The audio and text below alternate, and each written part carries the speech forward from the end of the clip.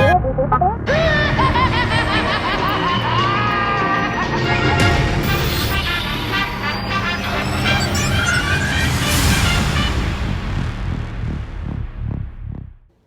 comic book family, this is Guy's Comic Life, and it's a new comic book week. I didn't really get a lot this week.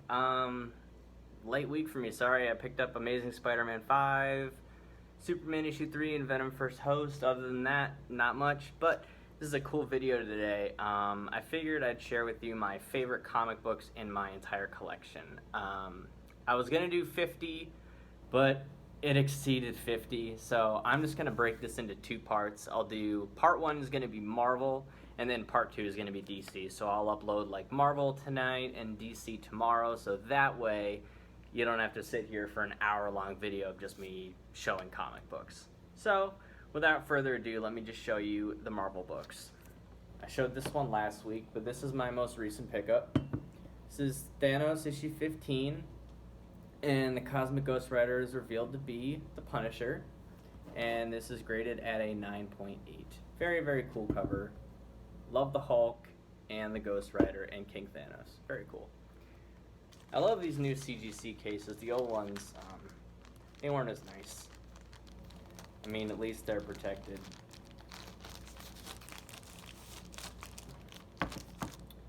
Moving right along, we have Amazing Spider-Man 121, graded at a 5.5. Although it presents a lot better than that, I'm thinking of cracking this and getting it cleaned and pressed, and then hopefully it comes back at a better grade.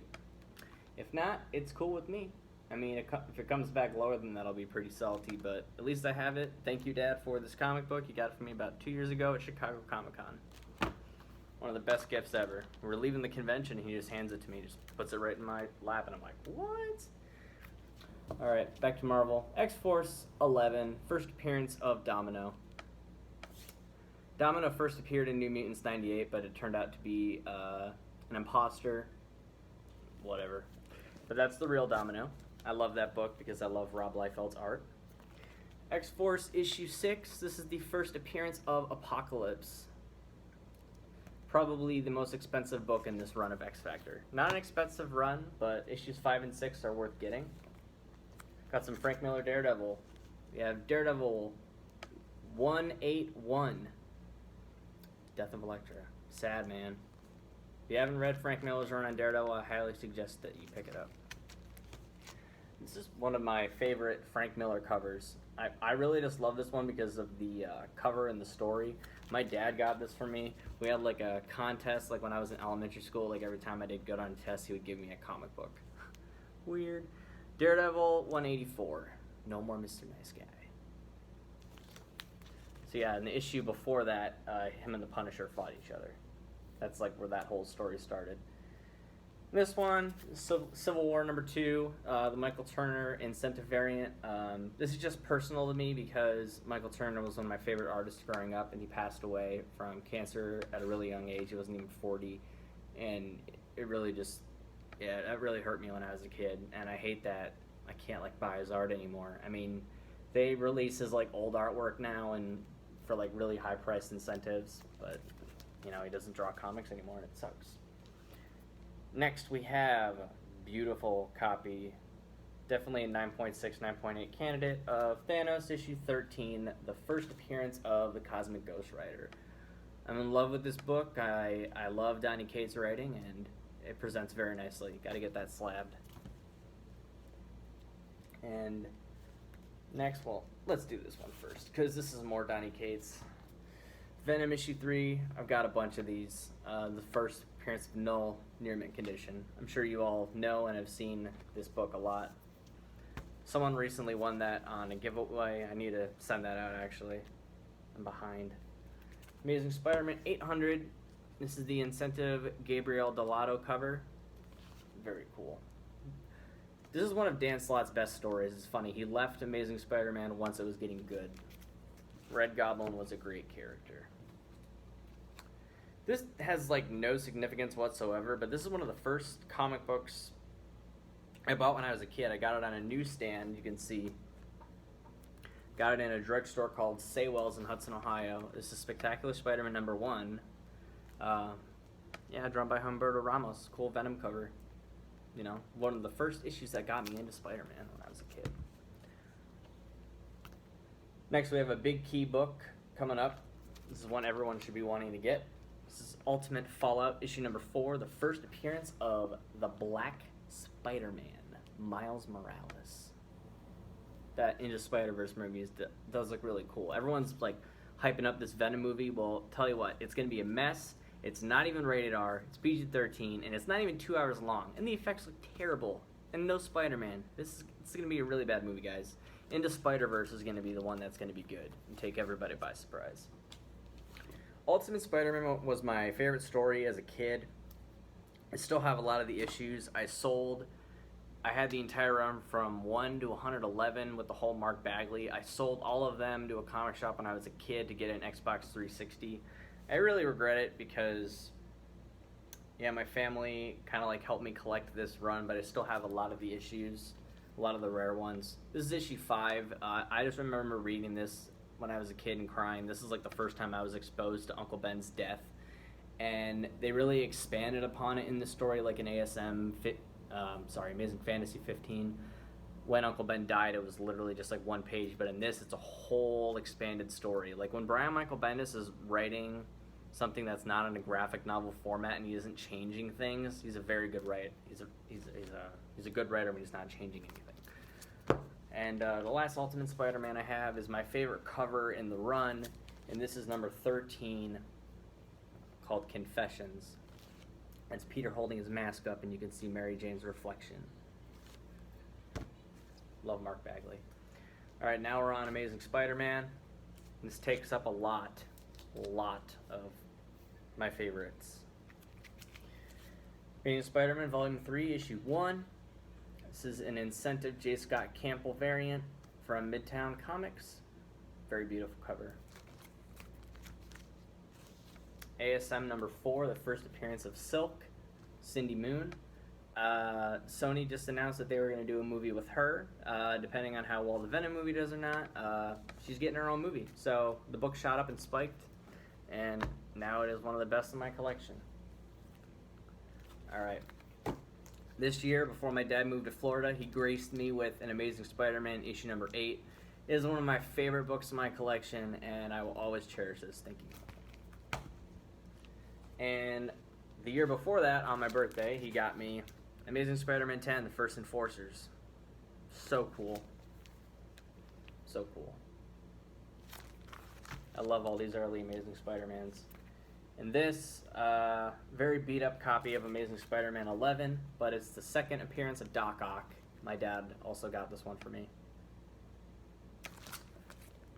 And the rest, I picked up.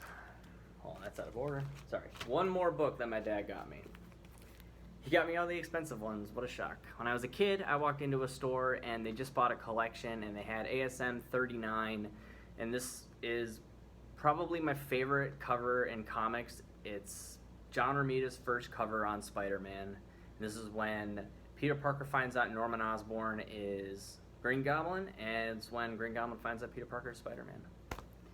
The father of his best friend, Harry.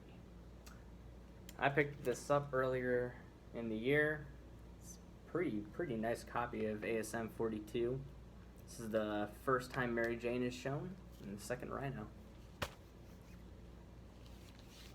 Let's move this fat stack of books. God, you don't realize how much it is until you like put it all together. Picked this up earlier in the year. It's a little higher than a mid-grade, like a 6.0. ASM 56, first appearance of Captain George Stacy. Spidey joins Doc Ock. John Romita is amazing. Amazing Spider-Man 59, it's the first cover appearance of Mary Jane Watson. Amazing Spider-Man 65, great condition, great cover. Beautiful John Romita artwork. Escape Impossible. I think I have a t-shirt of this. Just a good cover. Amazing Spider-Man 78, This is the first appearance of the Prowler. Thought that was cool. The guy who is the ultimate Prowler, Aaron Davis, Miles Morales' uncle. He was in Spider-Man Homecoming. He was played by Childish Gambino, so I figured that book might skyrocket if the Prowler makes an appearance in comics. Amazing Spider-Man 97. Got this when I was young. Well, a kid. This is when the Comics Code Authority wasn't on the books because Stan Lee wrote a story about drugs when Harry Osborn got addicted to pills. Amazing Spider-Man 100th anniversary issue. When my dad dropped me off at film school 7 years ago? Jeez, that was 6 years ago. Wow. This was my going away gift. And I was surprised. I walked into a comic shop a few years ago.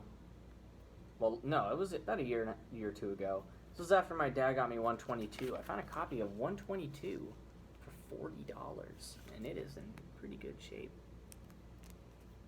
Couldn't leave that at a comic shop for $40. It's at least a 3 or 4.0, and I was pretty surprised by that. Love all these Amazing Spider-Mans, man. 134, first appearance of Tarantula, and the second time we see the Punisher. Ever. No one talks about that book. 136, first appearance of Harry Osborn as the Green Goblin. Very nice high-grade copy. 144 is the first appearance of Gwen Stacy's clone. As you can all tell, I love Gwen Stacy. Got a lot of her keys. This isn't a very good copy. This is about mid-grade, but this is ASM 194, and it is the first Black Cat, and it's a newsstand. Sorry for the glare. It's a newsstand as well. Nice cover. And this character is going to be in the Spider-Man Homecoming sequel. Nice high-grade copy of ASM 212. John Romita Jr. cover, first Hydra Man. Weird villain. Sandman with water, baby. Sandman with water. Amazing Spider-Man is the best comic book series of all time. No debating it. Here's a rough copy of ASM 238. The only thing keeping this book from being really, really beautiful is that tear right there. See that? Yep, right there. Other than that, good book. First Hobgoblin. Can't go wrong. And I like that John Romita Jr. and Sr. collaborated on that cover. This book is hot as hell right now because of the Venom movie, ASM 252. Picked this book up in California when I was interning and making short films. Love the black suit. It's amazing. It's just as good as the original in my opinion. And this book has significance to me. It's Amazing Spider-Man Annual number 21, the variant villain cover. This is how I proposed to my wife 2 years ago when we got engaged. I gave her this comic book, and she just kind of gave me this look like, why the hell are you giving me a comic? And she opened the book, and the wedding ring fell out, and then she started crying. It was cool. All right, more black suit goodies. Grandfather got me this book. Shout out. ASM 298. First Todd McFarlane on Spider-Man and first Eddie Brock cameo. Well, CGC says it's the first Eddie Brock cameo, but technically the first time we see Venom is in Web of Spider-Man 18 when you see just his hand push Spider-Man on the train tracks and tries to kill him. ASM 299. This would be a higher grade, but it's got a little spine roll right here. So this is the first cameo appearance of Venom. And I was a dumbass. When the Venom movie got announced, I sold the book on eBay, so I don't have it anymore. Sorry, guys. It was an 8.5. I'll try to throw a picture up on the screen. ASM 301.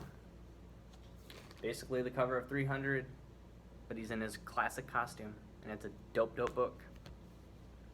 Probably the second most expensive book in the Venom line, just because it's one of the best covers ever ever drawn. It's ASM 316. Saw this on it wasn't even a comic shop I got this. I got this at a Big Fun toy store. They just closed down actually a couple months back in Cleveland when I was a kid. Got this for 20 bucks. Pretty cool. And it's a newsstand edition as well. And the following edition I just have is an amazing cover. Beautiful, beautiful shape this book is in. This is 317. That's part of a two-parter. This is Venom's like third appearance or something. More Venom books. Amazing Spider-Man 344. This is the first appearance of Cletus Cassidy in the first Cardiac. This is the first full appearance of Cletus Cassidy, and the Carnage symbiote bonds to him in this. I love this cover. Now, I just sent books to CGC, and the book I sent is ASM 361. I've got it. I just can't show it off. It's one of my favorites that I have.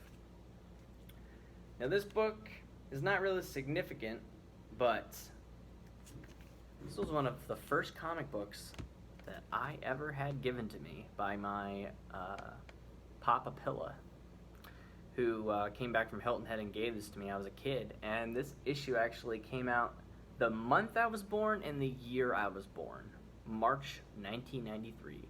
And in this issue, Spider-Man and Venom go toe-to-toe for the last time as hero and villain.